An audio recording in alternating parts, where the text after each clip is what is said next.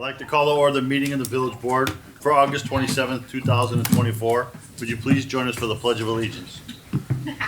I pledge allegiance to the flag of the United States of America and to the republic for which it stands, one nation, under God, indivisible, with liberty and justice for all. Madam Clerk, would you please call the roll? President DeSimone, Here. Trustee Carmona, Here. Trustee Franz, Here. Trustee Fry, Here. Trustee Lomax, Here. Trustee Penicola, Here. Trustee Perez. Here. That's seven. At this time, we'll move to public comment. Does anyone wish to address the board? If so, please approach the podium and state your name. Seeing none, this will conclude public comment. Is there a motion to approve the minutes from the August 13th, 2024 village board meeting? Yep, motion. Is there a second? Second. Being a motion and second, do we have any modifications to the minutes? Please call the roll. Trustee Carmona, Yes. Trustee Franz, Yes. Trustee Fry, Yes. Trustee Lomax. Yes. Trustee Penicola. Yes. Trustee Perez. Yes. That's six. Motion carries and the minutes are approved. The next item of business is to approve the warrant in the amount of $1,671,932.70. Is there a motion to approve this warrant? So moved. Is there a second? Second. Any discussion on the warrant? Please call the roll. Trustee Carmona, Yes. Trustee Franz, Yes. Trustee Fry. Yes. Trustee Lomax. Yes. Trustee Penicola. Yes. Trustee Perez. Yes. That's six. Motion carries and the warrants are approved. Would the deputy village clerk please read the 15 ordinances and resolutions on the consent agenda that were discussed at the committee of the whole meeting? Number one, ordinance granting a variation fence in the corner side yard at 141 Foley Street. Number two, ordinance granting a variation fence in the corner side yard at 201 Rose Street. Three, ordinance granting variations monument sign location, monument size, and wall sign quantity for 1225 Devon Avenue. Four, ordinance denying a variance fence height at 303 East Washington Street. Five, ordinance regulating camping in public places within the village of Bensonville. Six, ordinance regulating home kitchen and cottage food preparation and distribution within the village of Bensonville. Seven, resolution authorizing the execution of change order number 2, final with FH Passion, SN Nielsen and Associates LLC for the Senior and Community Center project for a decrease of $36,232.32 for a revised and final contract cost of $993,298.11. 8, resolution authorizing the execution of a design engineering service agreement with Hay and Associates, Inc. for the Addison Creek Stabilization Tree Cleaning Project in the not-to-exceed amount of $27,000. 9, resolution authorizing the award of a construction contract to High Star Traffic of Bartlett, Illinois for the 2024 pavement striping program in the not-to-exceed amount of $15,755.20. 10, resolution authorizing the execution of change order number 1 with Premi Star Mechanical Services for the John Street Edge Evaporator Isolation Project for an increase of $12,500 for a revised and contract cost of $25,000. 11, resolution authorizing the award of a construction contract to Shorter Asphalt Services, Inc. of Huntley, Illinois for the 2024 MFT pavement patching program in the not-to-exceed amount of $189,486.50. 12, resolution authorizing the award of a construction contract to Strata Construction, Inc. of Addison, Illinois for the 2024 MFT sidewalk removal and replacement program in the not-to-exceed amount of $100,000. 13, resolution approving an intergovernmental agreement between the Village of Bensonville and Bensonville School District 2 to provide a school resource officer for the 2024-2025 school year. 14, resolution approving payment of invoice to Northeast DuPage Family and Youth Services for fiscal year 2025. 15, resolution authorizing the execution of a police service agreement with DuPage Metropolitan Enforcement Group, DUMEG, as a financial contributor. Is there a motion to approve the 15 ordinances and resolution listed on the consent agenda and as read by the deputy clerk? You have a motion? Is there a second? Second. Call the roll, please. Trustee Carmona, Yes. Trustee Franz, Yes. Trustee Fry, Yes. Trustee Lomax. Yes. Trustee Penicola. Yes. Trustee Perez. Yes. That's six. Motion carries and the items on the consent agenda are approved.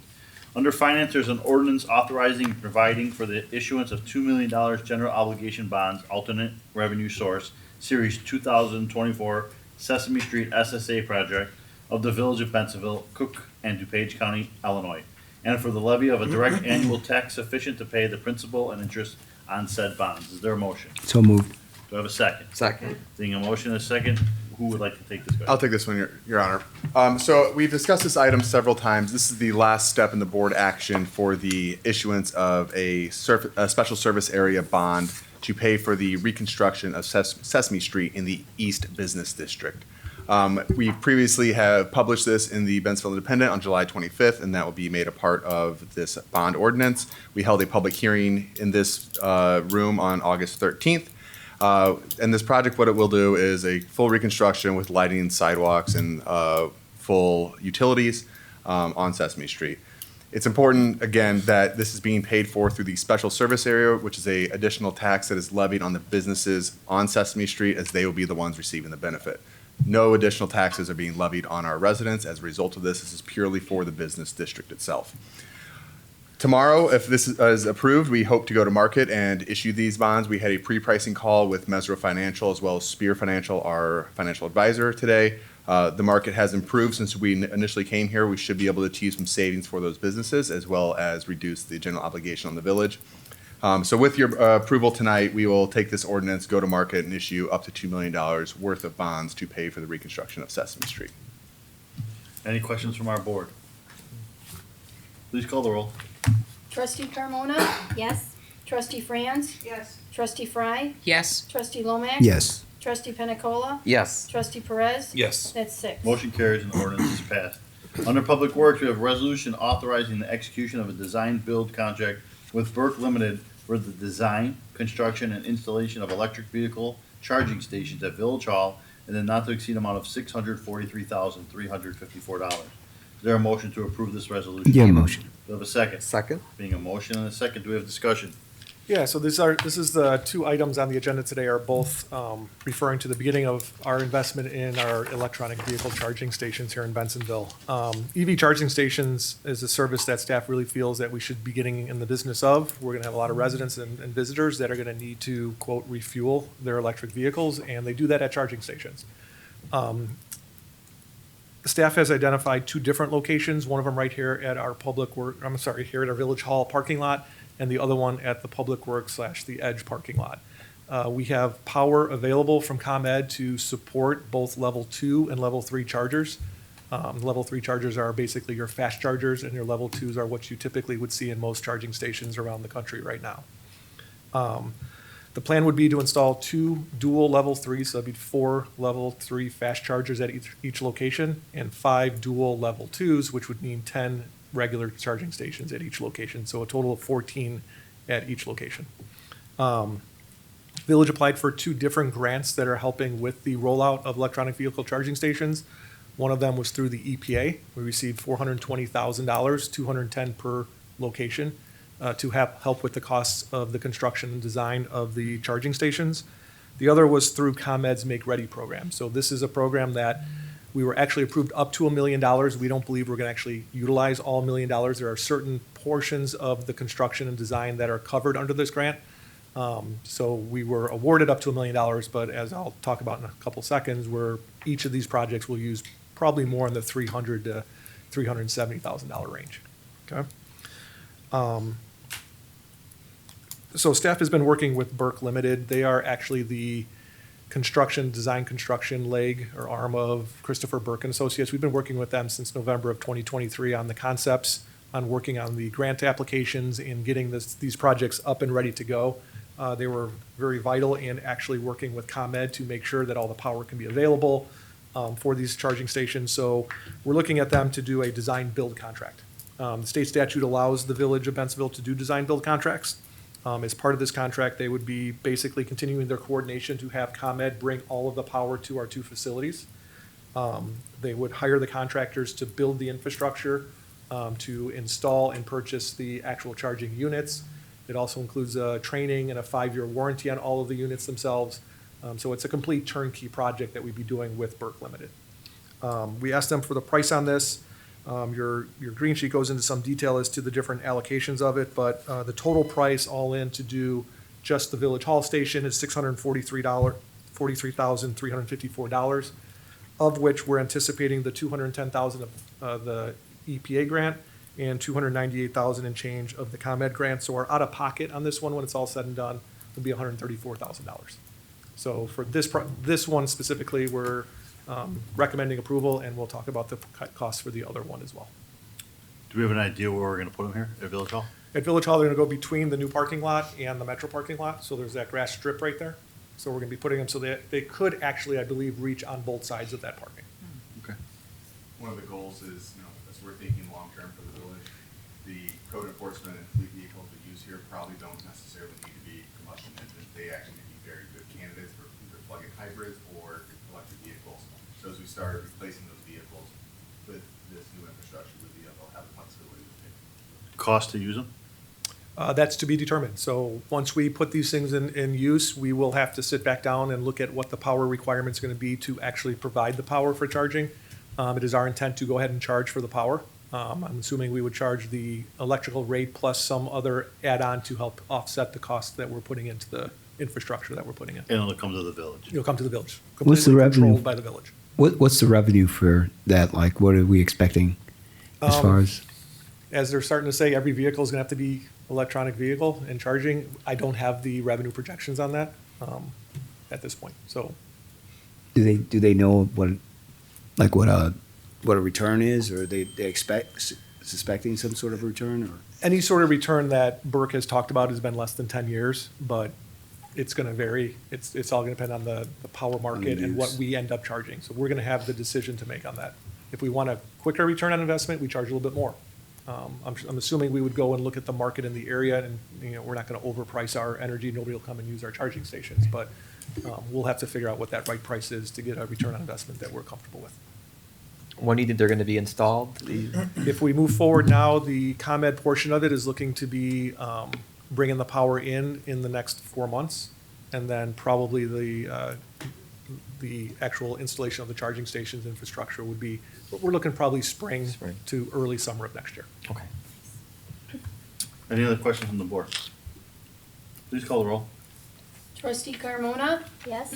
Trustee Franz? Yes. Trustee Fry? Yes. Trustee Lomax? Yes. Trustee Pena Cola? Yes. Trustee Perez? Yes. That's 6. Motion carries and the resolution is approved.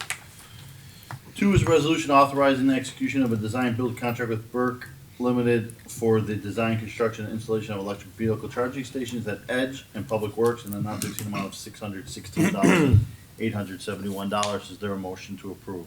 Yeah, motion. Do I have a second? Second. Being a motion and a second, discussion, Joe, again? So this one's just a little less expensive. It didn't cost as much to bring the power from one of the nearby poles to the facility. The location of this one is gonna be right along Jefferson. It'll be spots that really butt up right to the sidewalk along that area. We're gonna have, I think, 3 handicap stalls.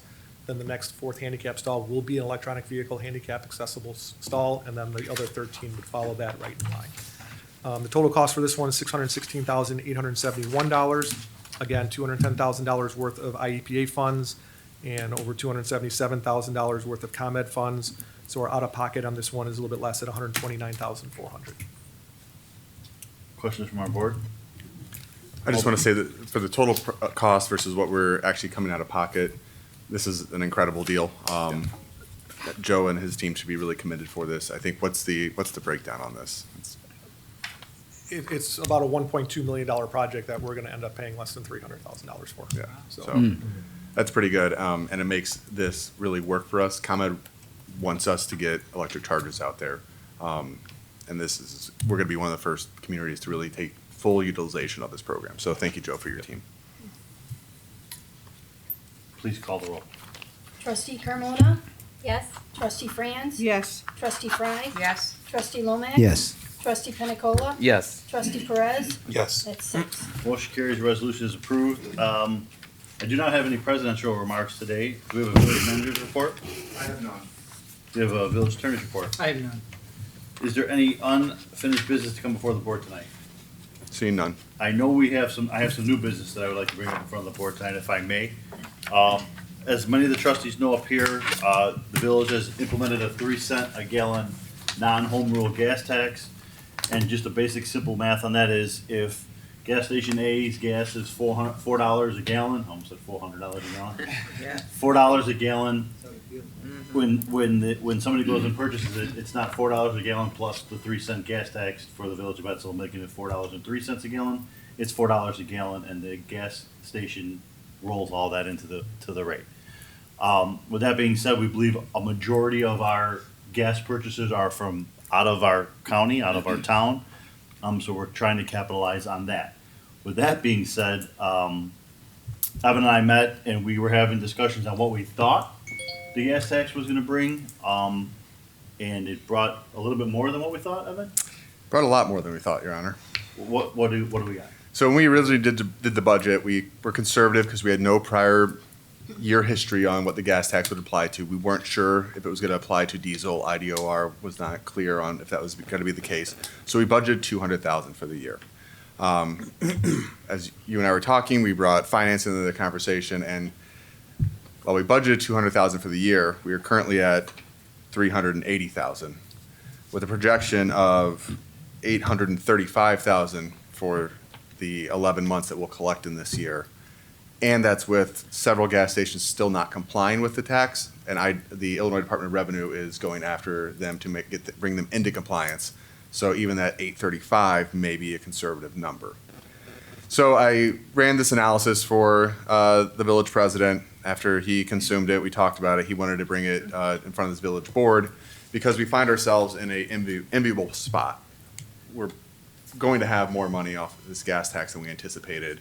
So there's a couple things we could do with it. We could put the money towards the village's general fund, or we could look at, and this was the mayor's idea, is look at fees that are being assessed against our residents, and if we can eliminate or minimize those fees. So it's kind of our goal here is, we haven't raised taxes in 8 years. Actually, taxes went down last year, 3%, Bensonville properties. So with that being said, I know Bensonville residents fuel up at our gas stations. So with that being said, I directed Evan, or I'm going to direct Evan, we had to talk about it. I want Evan to draw up a ordinance to eliminate vehicle stickers for our residents, to save them some money off of their vehicles every single year, because I know they probably buy gas in our town some of the time. Absolutely. So, with that being said, I asked Evan to go through the process to draw that up, and I'm assuming he's going to listen. Yep. And then, so, starting January 1 of next year, we will not have vehicle stickers as long as we vote to approve that up here, correct? Yes, and I don't want to minimize it. Vehicle stickers do bring in a sizable amount of money to the village. It's around $400,000 a year. So it would be very difficult without this tax to pull that off. I know the mayor's long vented that our vehicle sticker program was somewhat punitive and you wanted to see ways to eliminate it. It just wasn't going to be possible without a new revenue source. So this is the opportunity to do that if the village board agrees with the mayor. Our budget is healthy enough that, and I think I've shared with you our S&P rating where Standard & Poor's thinks that we're in a very good spot financially. We have 40% of our operating expenses sitting in reserves every year. We have the excess fund balance policy that's funding the police pension, and we'll get that fully funded before the statutory deadline. Our stormwater is being funded. We have the cash flow. We're doing okay financially. So if we're ever going to get rid of vehicle stickers, this is probably the only option that we have. So with that being said, Evan's got some work to do. Any questions from anybody up here? I have one. Now, the vehicle stickers, they won't ever come back around again, right? I hope not. That's up for, you can always bring it back. Vehicle stickers are something that non-home rule municipalities are permitted to issue in the state of Illinois. So kind of, people that sit in these chairs are the ones that decide if that comes back or not. What about the trucks, business trucks in town? That's up to you guys. So we do have our residents buy vehicle stickers, but also our commercial businesses buy vehicle stickers. Do you want me to look at that? I think we're gonna focus on the residents. Okay. right now. Are there any other towns that don't have these? And there's a lot of towns. Are that there? don't. Yeah. Itasca has Does the fuel tax, how often does that get paid off like in one chunk to us? Or does that get paid like in installments throughout the year? How does that work? Lisa, correct me if I'm wrong. We have a monthly payment that is 2 months in arrears. Is that correct? Okay. So, it's a 2 months Yeah. before, okay. That's ongoing.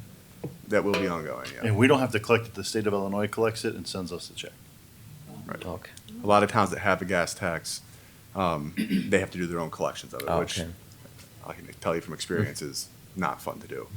This is something the Illinois Department of Revenue collects, and people take the Illinois Department of Revenue very seriously. So the village is in great shape financially. This is just another benefit for our residents. I appreciate their support and them making our town flourish even more. So, So yes, we'll tee this up for the September board cycle, yes, please. which should time out well for when we typically start selling vehicle stickers in October. Perfect. All right. So, yeah, so that will conclude the new business. Is there, Rosetta question? no? Is there a need for executive session? There is not. Is there a motion to adjourn? You have a motion. Do I have a second? Second? Please call the roll. Trustee Carmona? Yes. Trustee Franz? Yes. Trustee Fry? Yes. Trustee Lomax? Yes. Trustee Pena Cola? Yes. Trustee Perez? Yes. That's six. Motion carries. We are adjourned. Thank you, ladies and gentlemen.